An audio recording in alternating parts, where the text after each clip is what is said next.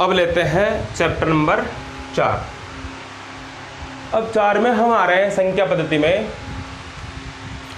मैं आपको बता दूं, एक तो संख्या का होता है अपना खुद का मान, जैसे 9 को 9 बोलते हैं, 5 को 5 बोलते हैं। एक होता है स्थानीय मान, स्थान के अनुसार मान, स्थान के अनुसार मान। तो यहाँ हम लिखते हैं, जैसे मैंने लिखा 5347, ये एक संख्या है 5347। तो इसको कैसे पढ़ते हैं? इकाई, दाई, सैकड़ा, हजार। देखिए 5 का जो जातीय मान है, इस 5 का जातीय मान, जातीय जो मान है, इसका खुद का मान है वो 5 ही रहेगा। लेकिन 500 भी हो जाएगा, 5000 भी हो जाएगा, 5 लाख भी हो जाएगा, लेकिन 5 बोलते हैं इसको।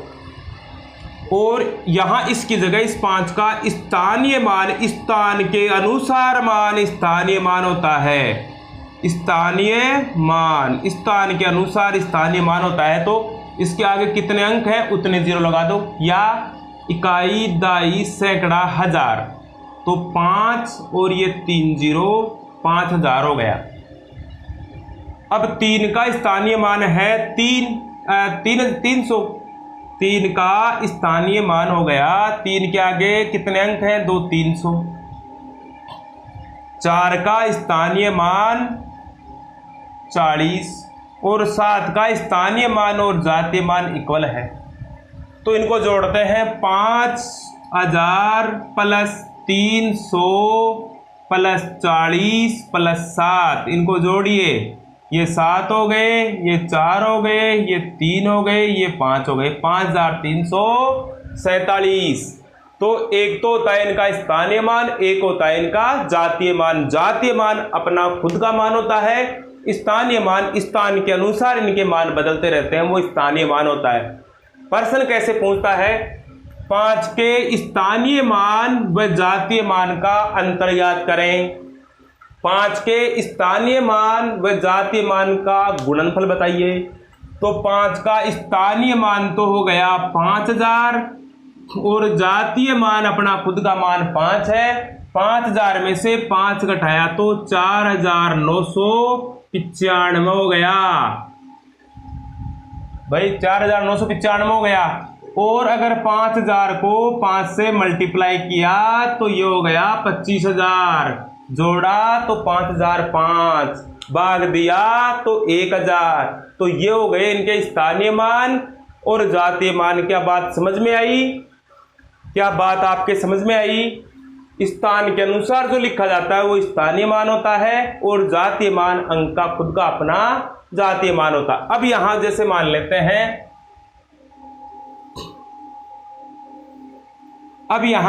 लेते हैं, हम यहां मैंने इसको प्रश्न नंबर 1, 2 इसको ये लिख दिया, ये 3, 4, 7। 0 का स्थानीय मान, 0 का स्थानीय मान। तो यहां 5 का स्थानीय मान इकाई, दाई, सैकड़ा, हजार, 10,000। तो ये हो गया इसका स्थानीय मान 50,000 5 का। 0 का स्थानीय मान 0 ही होता है, हमेशा ध्यान रखिए। 0 का स्थानीय मान 0 ही होता है। और यहां 3 का स्थानीय मान हो गया 300 और 4 का स्थानीय मान हो गया 40 और 7 का स्थानीय मान और जातीय मान इक्वल है। अब यहां देखिए, इन स्थानीय मानों का देखिए आप, इनमें जोड़ते हैं तो वापस वो संख्या आनी चाहिए। ये हो गया आपके पास 50,000। 0 का स्थानीय मान 0, 300, ये 300 और फिर लिखिए 40, ये हो गए, और फिर लिखिए 7। जोड़िए आप इधर से, ये हो गए 7, ये हो गए आपके 4, ये हो गए आपके 3, ये हो गया आपका 0 और ये हो गया 5। 50,347। तो 0 का स्थानीय मान हमेशा 0 ही होता है। कहीं भी प्रश्न पूछ ले, 0 का स्थानीय मान हमेशा 0 ही होता है। ठीक है। अब है स्थानीय मान में दशमलव का स्थानीय मान, दशमलव का स्थानीय मान। तो दशमलव का स्थानीय मान देखिए, बहुत सी चीजें आपको सीखने को मिलेंगी यहाँ। ये ज्यादातर जो बीएसटीसी की हुई है बच्चे हैं उनके और रेलवे में आरपीएससी में ये प्रश्न पूछे जाते हैं। कौन से? दशमलव का स्थानीय मान। जैसे यहाँ 343.52 का विस्तारित रूप बताइए। विस्तार करें तो विस्तार करेंगे ना, तो इनका जैसे ही हम विस्तार करेंगे हमें दशमलव का भी पता लग जाएगा कि किस प्रकार से हम लिखते हैं। तो सबसे पहले हम क्या करते हैं, इनको लिखते हैं। अब यहां दशमलव के इधर तो हम गिनते नहीं है, पहले इनको देखते हैं हम। तो 3 का स्थानीय मान हो गया 300 प्लस 9 का स्थानीय मान हो गया 90 प्लस 3 का स्थानीय मान और जातीय मान इक्वल प्लस 0.5 भी लिख सकते हैं, प्लस 0.2 है ना, तो 0.02 भी लिख सकते हैं।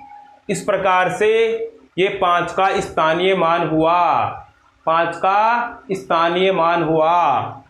फिर यहाँ लेते हैं हम, इसको जोड़ते हैं। इसको ऐसे भी अथवा इसको ऐसे भी लिखा जा सकता है, इसको ऐसे भी लिखा जा सकता है 300 प्लस 90 प्लस 3 प्लस 5/10 प्लस 2/100। ये इनका हो गया स्थानीय मान। अगर ये कहे 5 का स्थानीय मान बताइए तो 5 का स्थानीय मान हो गया 5/10। अगर कहे 2 का स्थानीय मान बताइए तो आप 2 का स्थानीय मान बताएंगे 2/100। या ये बता देना या इसका ये बता देना, एक ही बात होती है ये। अब इनको वापस हल करके बताता हूं। विस्तारित कर दिया मैंने, मैं वापस इसको हल करके आपको बताता हूं। तो मैंने यहां लिख दिया 100, लैसे ले लिया, तो ये हो गया कितना, ये हो गया 30,000 प्लस 9,000 प्लस 300 प्लस 50 प्लस 2। अब जैसे ही मैं इनको जोड़ूंगा 2 ऐसा का ऐसा आ जाएगा, फिर यहां 0 0 0 0 आ जाएगा।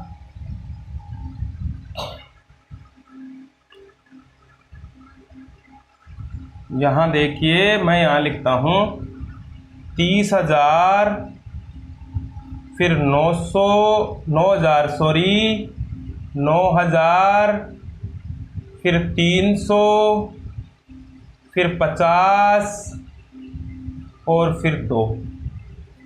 तो 2 तो ऐसे कैसे आ ही जाएंगे ना आपके, 2 ऐसे कैसे आ गए, फिर ये आ गए 5, फिर ये आ गए 3, फिर ये आ गए 9, फिर ये आ गए 3। ये लिख दिया यहाँ 393/52 ये आपने लिख दिया। तो यहाँ 2 संख्या छोड़ के पॉइंट लगा दिया, तो 393.52 हो जाएगा आपका, 393.52 हो जाएगा। तो यहाँ इसको देखिए, जोड़ना तो देख लिया होगा आपने। ये 2 ऐसे हैं, ये 2, तो यहाँ 2 ऐसा का ऐसा, ये 5 शायद आपको दिखाई नहीं दे रहा होगा, ये 3 दिख गया होगा, 9 और ये 3। इस प्रकार से ये जुड़ जाता है। पहले 2 हमने ऐसे कैसे लिख लिए, फिर दूसरे नंबर की जो संख्या है वो 5 है 2 नंबर की संख्याओं में, फिर 3 नंबर की संख्या है आपके पास 3। इस प्रकार से जोड़ना है, इनको डायरेक्ट जोड़ना है।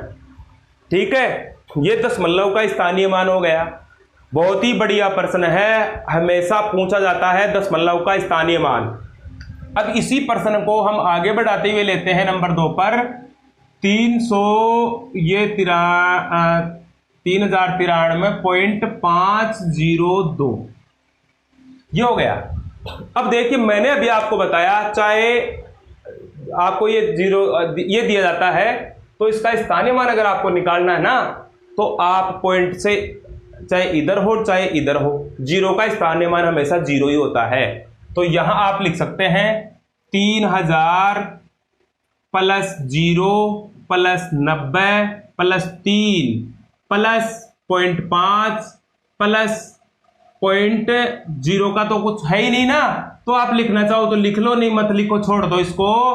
और फिर आप लिखो प्लस पॉइंट, इसके बाद में कितने 2, 002।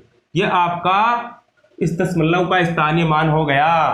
तो ध्यान रखिए, अगर आपको दशमलव का स्थानीय मान ज्ञात करना तो इस प्रकार से आप जिस अंक से जितने पहले अंक है पॉइंट से पहले और जिस अंक का निकालना है उतने 0 रख दें, या फिर आपको क्या करना है, इस प्रकार से विस्तारित करना है बटे में, और फिर बाद में आप बता सकते हैं ये भी इसका आंसर है, ये भी इसका आंसर है, ये भी है और ये भी। ऑप्शन में कौन सा पूछे वो उसकी मर्जी है अगले की, हमें आना चाहिए पूरा।